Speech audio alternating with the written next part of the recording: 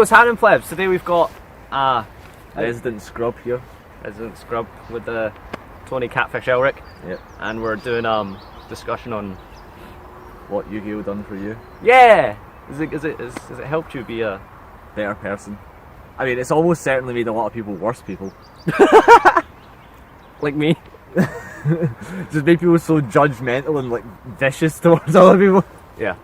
Yeah, other than that, it's been pretty cool. I always tell people, like, if I meet someone, I'm like, oh, what do you do, man? Like, oh, yeah, I play Yu-Gi-Oh! I'm like, oh, I used to play that when I was 8.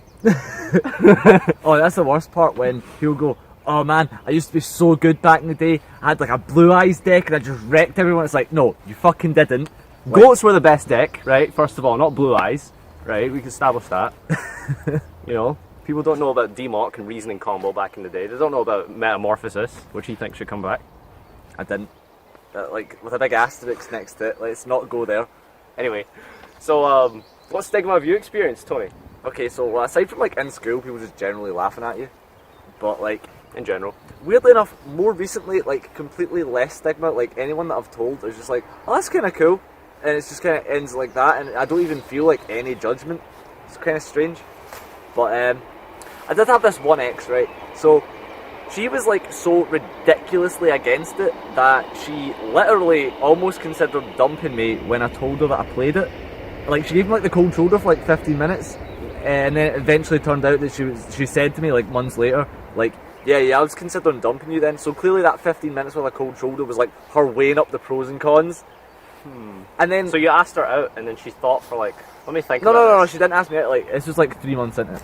Oh, right, okay. Yeah, I know, right? And then, so she didn't dump you for like... No, she never. Right. Yeah, so then she hated the thought of me playing it so much, used the word disgusting to describe it, and then... what deck did you play? At that point... well, that was kind of during the point where I'd quit, but I still dabbled. What deck did you play though? Well, when I came back, the first deck I played was like an attack tournament. So that's pretty disgusting. So, but I won it with my friend Sam, and he was playing Lightsworn Zombies, and I was playing the remnants of a really shit Teledad deck, and I still managed to win it. Remnants? Yeah. It kind of worked out alright, because I'd like remove Malicious, and then he had like the Prague Split. Cool. I would dump him for that, to be honest. Like, considering this was like, what, 2012? So how did it go? Like, what, did you convince her? Like, play my games. I just played it on the down low, and she didn't know. So you had to hide Yu-Gi-Oh from your girlfriend? Yeah. I don't think I've been in that position, to be honest with you, but... You don't really want to be, like... Any other stigma from you? So like, other than, like, my mum occasionally giving me shit for it, saying like, you're a grown man! Then, it's like, you know... What about your sister? What does she think? My sister doesn't actually... She's never said anything about it, but my sister's 14-year-old friend was like, you're a loser! That was pretty triggering, getting insulted by someone who's 10 years younger than you, calling you a loser. Isn't your sister a bit of a weeb anyway, though? Yeah, she likes K-pop and stuff, so... She can't say it. She's basically like... I don't know, like, see, a Luna Light player. See, a lot of the stigma comes from seeing all the Spergs at locals and people judge you on that, or like seeing the anime and thinking, oh no, that's obviously how they play the game. But if you were to sit one of these people down and you'd actually play the game, they'd be like, I don't even get it. So like then the stigma's on them because they're too much of a fucking idiot to pick it up. Like, people make fun of you for playing Yu-Gi-Oh, right? But if you try to get them to explain missing the timing, they won't know how. They don't fucking know what missing the timing is, you know? Like, oh, you're so childish, and it's like, right, bitch, chain link 2 Aether, chain link 1 return. Explain what happens with Kuraz. They don't know that. They don't know. You know? They don't know that shit. The joke's on them, they're stupid. Yeah, fucking idiots. Yeah. So, has it helped you as a person, personality-wise and stuff? You know what? See, in a way, it actually did. Right, so, I wouldn't say I was going through, like, tough times, but, like, the beginning of, like, 2014 or whatever, I didn't really do a whole lot, and... Do you do a whole lot now? Yeah. Yeah, I do, actually. No, but things were just kind of getting me down and shit, And then eventually, like, I scraped together some money, and that's when I went to Nats 2014. And I really enjoyed that. Like, that whole just little break away with friends just really fucking helped me get me out of a bad position. No, so that really helped. I think really when it boils down to it, everybody at this point plays the game simply for the community aspect. When you're there in like a competitive scene with like all your friends and shit, it's really a great feeling, despite how shit the game might be currently. And when you think about it this way, right? I don't know anyone who's actually played Yu-Gi-Oh! And still plays Yu-Gi-Oh! Who says like, you know, I only like everyone says like, oh, I play because like, you know, my friends, like, we go to events, it's fun. Yeah. And it's like, yeah, it's like, you know, you go to events to have fun with your friends and fucking get wasted or whatever. It's like, that's the fun part of Yu-Gi-Oh! Right? Actually sitting down to like stare down Dominion or Restrict or something like that, that's not fun. Right?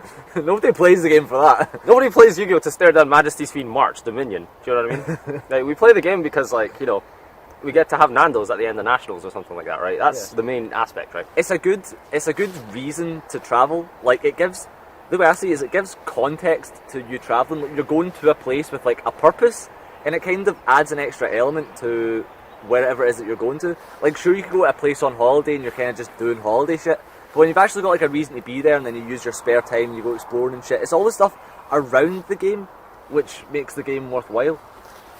I mean, like, if you didn't have like friends and stuff that played Yu-Gi-Oh!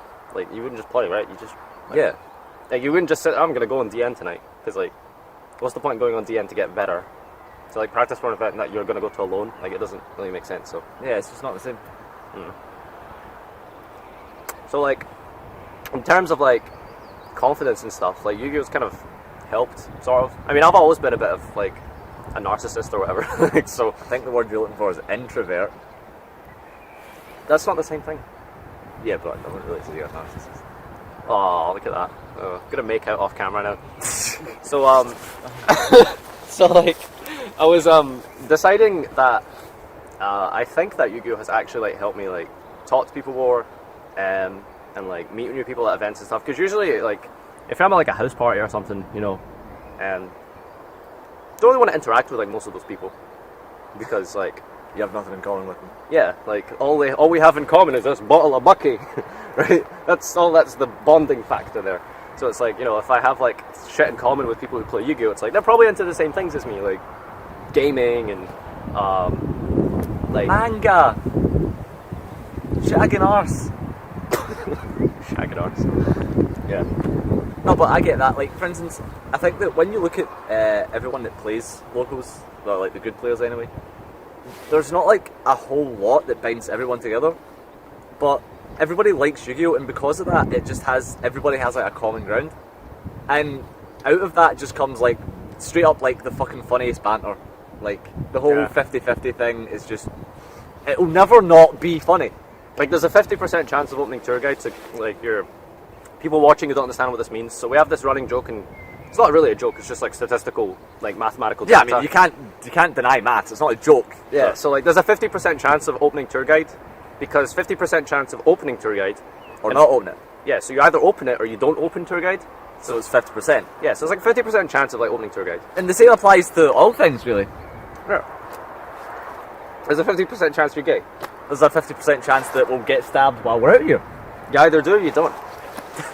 So one of the negative things I find about Yu-Gi-Oh! Is like, me personally, I'm like really competitively driven, and like I try to do everything like really well and perfection, and like really try to make everything really good. So like, whenever I lose, sometimes obviously depending on the situation and context and how many rounds of Swiss I've lost at that point, probably like 5, I can get like kind of like angry and stuff and be like, oh fucking, like, I just get like really salty because like I open like Takatomborg for the 9th game in a row or something like that.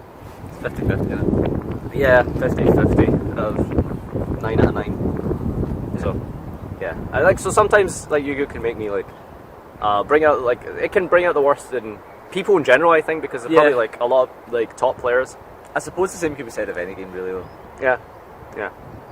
Just mostly competition in general. I'm trying to think if there's any other sort of negative aspects as well, like, actual, something that might, like, affect something outside that. I can't really think of anything really, because it's just kind of like a hobby. But I mean, aside from any kind of like societal stigma, that's about it really.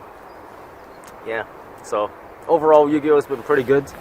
I would say that for probably other people and stuff who've like grown up being bullied or whatever and had like shitty childhoods, like in terms of making friends and stuff, you guys probably help them to like meet people and definitely stuff like that. Not for me, because I was always fucking cool, you know, smoking weed like in the middle of class, like crack cocaine, like in the like just in the middle of math. Being a junkie in school, that was cool. So for most people, it's like, you know, probably helped them a lot. So, yeah, do you want to add anything or? Subscribe to Gay for Games.